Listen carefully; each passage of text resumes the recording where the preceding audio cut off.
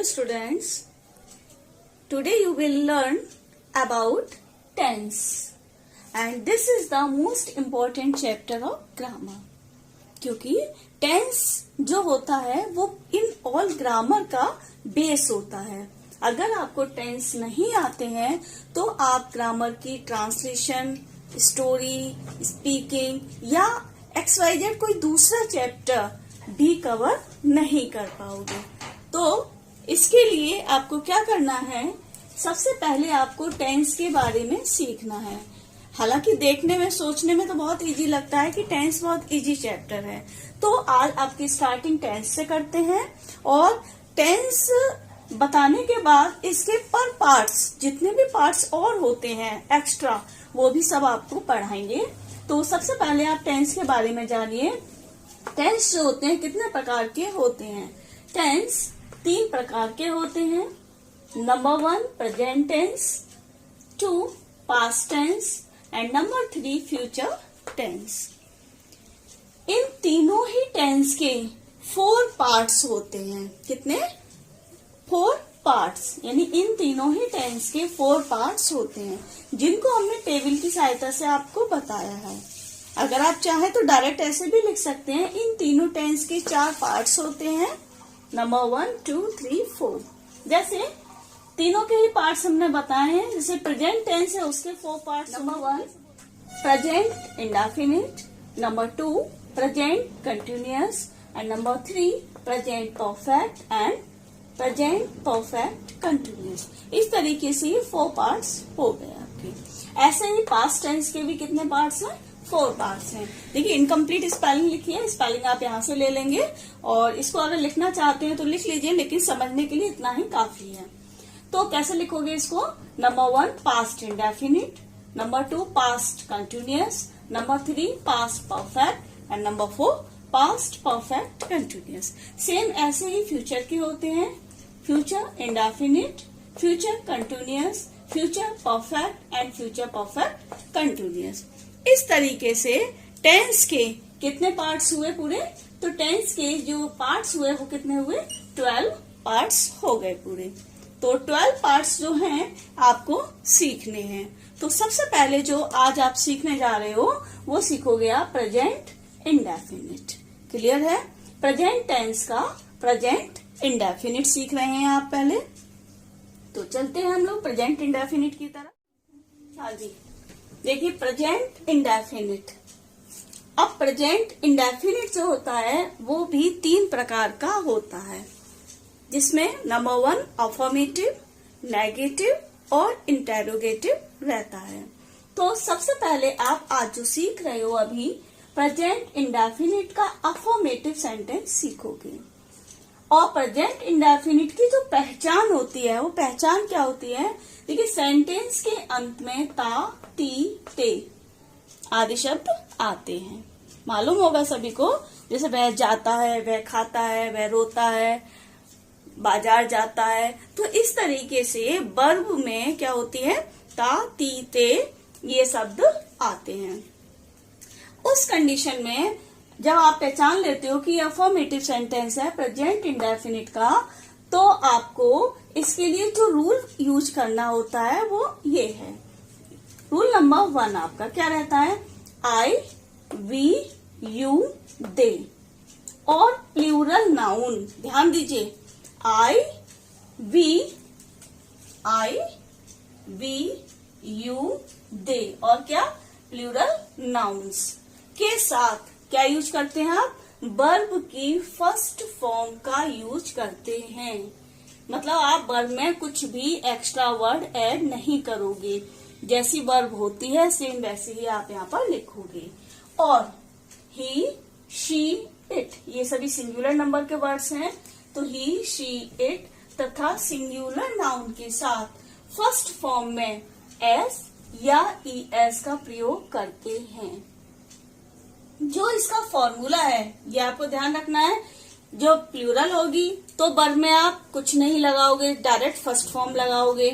और यदि singular number होगा तो वर्ब में आपको एस या ईएस लगाना होगा. दूसरी बात क्या है, बच्चे इस बात में कंफ्यूज रहते हैं कहाँ एस लगाएं और कहाँ हम ES लगाएं, तो ये जानकारी नहीं होती है। तो हमने ये जानकारी भी आपको यहाँ बताई है। तो ये आपका कौन सा है, रूल नंबर 2 होगा। क्या, देखिए वर्ब के अंत में यदि CH, SH, O ये वर्ड हो तो आपको लगाना होगा ES, और बाद बाकी कोई भी वर्ब हो उसमें आपको लगानी होगी S। क्लियर है? S या ES के लिए ये रूल है। जैसे गो, GO, O आया लास्ट में तो आप क्या लगाएंगे, goes, GOES। Catch, CATCH, catch, क्या लगाएंगे, ES, CATCHES। वॉश, क्या लगाएंगे, वॉशेज, WASHES। और बाद बाकी कोई भी वर्ब है आप तो उसमें आप एस का यूज करेंगे, वो अलग बात है, आपको मालूम होगा। जैसे वाई है पीछे तो वाई हट के IES हो जाता है। ये रूल आपको मालूम होने चाहिए। और नहीं मालूम है तो अपनी बुक से, आपके पास कोई भी ग्रामर की बुक है तो उसमें से सिंगुलर से प्लूरल कैसे बनाते हैं उसको आप लर्न करिए। नहीं तो नेक्स्ट वीडियो जब भी बनाएंगे आपके लिए जरूर सेंड करेंगे, तो उसमें आप सिंगुलर से प्लूरल कैसे बनाते हैं अच्छे से आप सीख लीजिए, उनको तैयार करिए। तो फिलहाल इतना। इसका जो फॉर्मूला है वो आप जरूर याद करिए। जो हमने ये रूल लिखा है, रूल का ही क्या है, ये फॉर्मूला है। फॉर्मूला क्या है, देखिए subject plus first form of the verb plus S या ES फर्स्ट फॉर्म के साथ, यानी फर्स्ट फॉर्म में आपको क्या लगाना है, S या ES प्लस ऑब्जेक्ट का यूज आपको करना होता है। अब इसके कुछ एग्जाम्पल्स मैंने लिखे हैं। जैसे मैं की इंग्लिश क्या होती है, आई, तो कैसे बनाओगे आप, आई खाता हूं, वर्ब है खाना, खाना की इंग्लिश क्या होती है, ईट, आई ईट, फुल स्टॉप। अब अगर होता है यहाँ पर मैं खाना खाता हूं तो आप कैसे बनाते हैं, आई ईट फूड। अब जो फूड हो जाता है वो क्या होता है, आपका ऑब्जेक्ट होता। सिर्फ हमने क्योंकि लिखा है मैं खाता हूं इसलिए आपने बनाया आई ईट। अगर हमने लिखा होता मैं खाना खाता हूं, जैसे अगर हमने ये लिखा होता मैं खाना खाता हूं, तो आप क्या लिखेंगे, आई ईट फूड, मैं खाना खाता हूं। नेक्स्ट सेंटेंस है वह पढ़ता है, तो वह ही, पढ़ने की इंग्लिश क्या होती है, रीड। अब क्योंकि ये वह क्या है, सिंगुलर वर्ड है, ध्यान दीजिए, तो रीड के संग क्या आएगा, एस, ही रीड्स। बच्चे जाते हैं, तो बच्चे कौन सा नंबर है, सिंगुलर है प्लूरल है, प्लूरल है। देखिए लिखा हुआ है प्लूरल नाउन के साथ, तो ये क्या है, प्लूरल है। तो आप कैसे लिखोगे, द चिल्ड्रन क्या करते हैं, जाते हैं, गो। इसमें हम एस या ES नहीं लगाएंगे क्योंकि ये प्लूरल नंबर है। नेक्स्ट है मोहन सोता है, तो मोहन स्लीप्स, क्योंकि मोहन कौन सा नंबर है, सिंगुलर नंबर है, इसलिए आप वर्ब में S या ES जो भी आती है रूल के अकॉर्डिंग उसका आप यूज करोगे। मोहन स्लीप्स, क्लियर हो गया इतना। इसके बाद इसके नेगेटिव सेंटेंस सीखते हैं। ये क्या हो गया आपके अफर्मेटिव सेंटेंस। इसके नेगेटिव सेंटेंस के लिए क्या करना है आपको, तो नेगेटिव सेंटेंस में आपको समझना है वही रूल है कि सिंगुलर और प्लूरल नाउन। तो सिंगुलर नाउन यदि आता है तो नहीं के लिए, क्योंकि नेगेटिव है तो नहीं लगेगा ही लगेगा, तो नेगेटिव के लिए सिंगुलर नाउन के साथ डज नॉट का प्रयोग करते हैं और प्लूरल नाउन के साथ डू नॉट का प्रयोग करते हैं। अब तक आपको ये पता चल गया होगा सिंगुलर नाउन कौन से हैं और प्लूरल नाउन कौन से हैं। अफर्मेटिव सेंटेंस में हमने इस बात को आपको क्लियर किया था। तो और दूसरी बात, विशेष बात, रूल नंबर 2 में वर्ब में S या ES का प्रयोग नहीं करते हैं। जिस तरीके से अफर्मेटिव में करते थे वैसे इसके नेगेटिव सेंटेंस में हम S या ES का प्रयोग नहीं करते हैं। ध्यान दीजिए, अच्छे से समझ लीजिए, क्योंकि इस वीडियो के बाद तुरंत आपको दूसरी वीडियो जो मिलेगी नेक्स्ट वीडियो जो मिलेगी इसका आपका एक तरीके से टेस्ट होगा, जिसमें आपको सेंटेंस दिए जाएंगे और आपको उसमें अच्छे से सेंटेंस को बताने भी हैं। तो इसलिए रूल को बड़े ध्यान से समझते चलिए। इसका फॉर्मूला क्या होगा? सब्जेक्ट प्लस डू या डज नॉट प्लस वर्ब की फर्स्ट फॉर्म प्लस ऑब्जेक्ट। जैसे सेंटेंस ये है, तुम बाजार नहीं जाते हो। अब तुम कौन सा नंबर होता है? प्लूरल नंबर होगा। तो यू, अब प्लूरल नंबर के साथ क्या बताया था आपको? Do not, you do not. ध्यान, और जाते हो, जाने की इंग्लिश क्या होती है? गो। तो यू डू नॉट गो, कहाँ पर? बाजार। तो गो के संग प्रिपरेशन क्या आती है? टू। तो you go to, you do not go to market, you do not go to market. ये बन गया आपका सेंटेंस। नेक्स्ट है, वह अपनी किताब नहीं पढ़ता है। वह कौन सा नंबर है? Singular number. तो वह के लिए आप क्या लगाएंगे? ही। फिर वह नहीं ता है, वह नहीं ता है। तो पढ़ तो वर्ब हो गई हमारी, इसलिए उसको हम बाद में लगाना है। तो वह नहीं है, तातीत है, इसलिए हमको पहचान है कि ये प्रेजेंट इंडेफिनिट का है। तो इसमें ही के साथ क्या लगाएंगे आप? डज। ही डज नॉट क्या पढ़ता, ही डज नॉट रीड। क्या नहीं पढ़ता है? अपनी किताब। तो क्या आएगा? His book. वह अपनी किताब नहीं पढ़ता है। नेक्स्ट सेंटेंस है, खिलाड़ी फुटबॉल नहीं खेलते हैं। खिलाड़ी फुटबॉल नहीं खेलते हैं। अब खिलाड़ी कितने हुए? बहुत सारे हुए, यानी कि प्लूरल नंबर हुआ। तो आप क्या लगाएंगे? The players do not play football. The players do not play football. Clear हो गया होगा, नॉट का रूल है ये। ठीक, इसके बाद नेक्स्ट जो आते हैं हमारे नेगेटिव सेंटेंस के बाद आते हैं इंटेरोगेटिव सेंटेंस, और नेगेटिव इंटेरोगेटिव सेंटेंस प्लस में ही रहते हैं। तो उसको बताते हैं आपको, कि समझ लीजिए अच्छे से। तो इंटेरोगेटिव सेंटेंस कैसे रहते हैं, इसके लिए फॉर्मूला जो है वो ये रहेगा। इसके लिए आपको दो फॉर्मूले याद रखने होंगे। देखिए, दो तरीके के इंटेरोगेटिव होते हैं, आपको ध्यान देना है कि पहला तो होता है जिसमें क्वेश्चन वर्ड सेंटेंस के बिल्कुल स्टार्टिंग में ही आता है। जैसे क्या मेरे पिता अखबार पढ़ते हैं, तो ये क्या है? क्वेश्चन वर्ड है। ठीक। दूसरी चीज होती है, तुम बाजार क्यों जाते हो। क्वेश्चन वर्ड जो होता है सेंटेंस के बीच में आता है। तो ये दो तरीके के इंटेरोगेटिव सेंटेंस होते हैं। अब बनाने का जो फॉर्मूला है, फॉर्मूला नंबर 1, अगर सेंटेंस की स्टार्टिंग में आपका क्वेश्चन वर्ड है तो आप कैसे बनाओगे? डू या डज प्लस सब्जेक्ट, यानी सब्जेक्ट से पहले आपको क्या रखना है? डू या डज प्लस नॉट। यदि नहीं दिया है उसमें तो नॉट लगाइए, अगर नहीं दिया है तो आपको नॉट नहीं लगाना है। फिर वर्ब की first form plus object. Second formula है, यदि क्वेश्चन वर्ड सेंटेंस के बीच में आता है तो आप कैसे लगाते हो? WH वाले वर्ड्स लगाते हो, प्लस डू या डज लगाओगे, प्लस सब्जेक्ट प्लस नॉट, यदि दिया है तो लगाओगे, अदरवाइज नहीं लगाओगे। फिर वर्ब की फर्स्ट फॉर्म प्लस ऑब्जेक्ट। कैसे बनाते हैं? एग्जाम्पल पर फोकस करिए। क्या मेरे पिता अखबार पढ़ते हैं।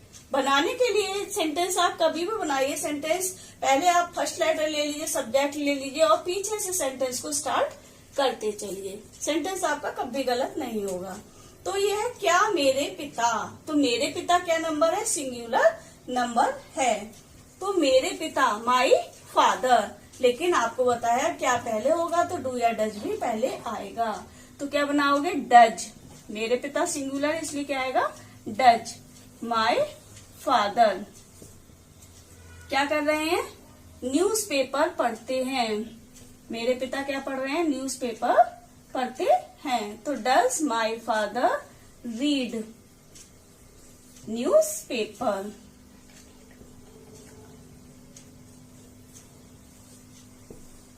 Does my father read news paper. और सेंटेंस के लास्ट में क्या लगाना है आपको? क्वेश्चन मार्क्स अवश्य लगाना है। नेक्स्ट है आपका तुम बाजार क्यों जाते हो। अब यहाँ क्यों आ गया? अब आपको पता होनी चाहिए क्योंकि इंग्लिश क्या है। तो क्योंकि इंग्लिश क्या होती है? वाई। अब तुम कौन सा नंबर है? प्लूरल नंबर आता है, इसलिए वाई के संग क्या आएगा? डू। फिर क्या आएगा? यू। Y do you. फिर पीछे आ जाएंगे हम सेंटेंस के। जाना, जाने की इंग्लिश क्या है? Go. Why do you go. कहाँ जा रहे हो? बाजार। तो why do you go to market.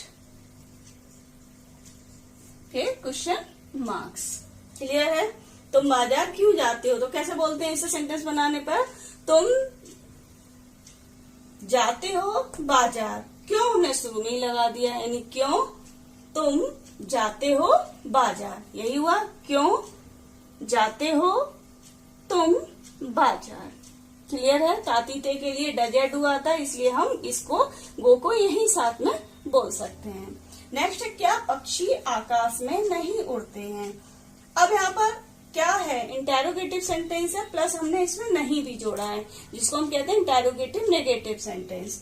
तो कैसे बोलोगे इसको? क्या पक्षी नहीं उड़ते हैं। कौन सा नंबर हुआ ये? प्लूरल नंबर हुआ। तो आपको क्या लगाना है? डू। द बर्ड्स, पक्षी। Do the birds fly in the sky. Do the birds fly in the sky. क्या पक्षी आकाश में नहीं उड़ते हैं। अब इसमें क्या छूटा? ढूंढिए जरा, क्या छूटा इसमें? नहीं छूटा। तो नहीं के लिए आप कहाँ लगाओगे? फ्लाई से पहले इसका यूज करोगे। तो कैसे बोलेंगे? Do the birds not fly in the sky. और पीछे क्या लगाएंगे सेंटेंस के लास्ट में? क्वेश्चन मार्क्स लगाओगे। मेरे ख्याल से क्लियर हो गया होगा इतना। चलिए अब आपको एक एक्सरसाइज सॉल्व कराते हैं, प्रैक्टिस कराते हैं। आपको अपनी नोटबुक पर भी उसको करना है। फर्स्ट सेंटेंस है आपका, किसान अपने खेत को नहीं जाते हैं।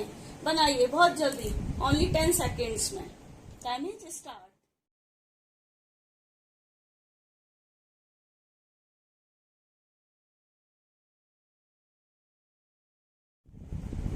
ठीक, तो आंसर रहा इसका, किसान अपने खेत को नहीं जाते हैं।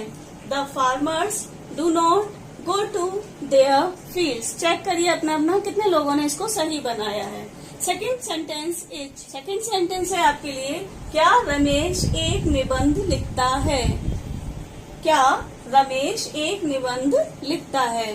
चलिए बनाइए सेंटेंस, 10 सेकेंड्स का time is start.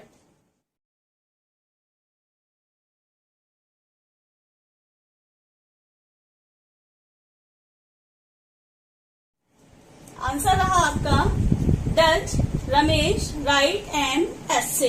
Question marks, क्योंकि सेंटेंस के स्टार्टिंग में क्या दिया हुआ है? पीछे क्वेश्चन मार्क्स लगा हुआ है, तो हमको मालूम है ये फर्स्ट नंबर का इंटेरोगेटिव सेंटेंस है, इसलिए इसकी हेल्पिंग वर्ब जो है सेंटेंस के आगे लिखी जाएगी। ठीक, अपना भी चेक कर लीजिए। और थर्ड सेंटेंस है आपका, कुत्ते भौंकते हैं। कुत्ते भौंकते हैं। बनाइए बहुत जल्दी फटाफट, 10 सेकेंड्स का टाइम है and time is start.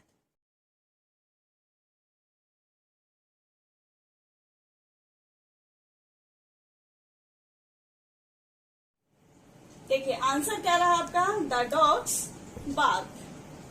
The dogs bark. Check कर लीजिए अपना अपना कितना सही है आपका। और नेक्स्ट क्वेश्चन नंबर 4 है आपका। चलिए फोर्थ सेंटेंस आपका, गीता अपना पाठ याद नहीं करती है। गीता अपना पाठ याद नहीं करती है and time is start now.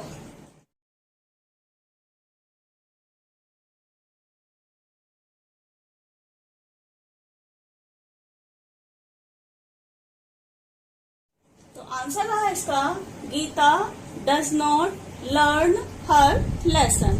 Clear है? Geeta does not learn her lesson.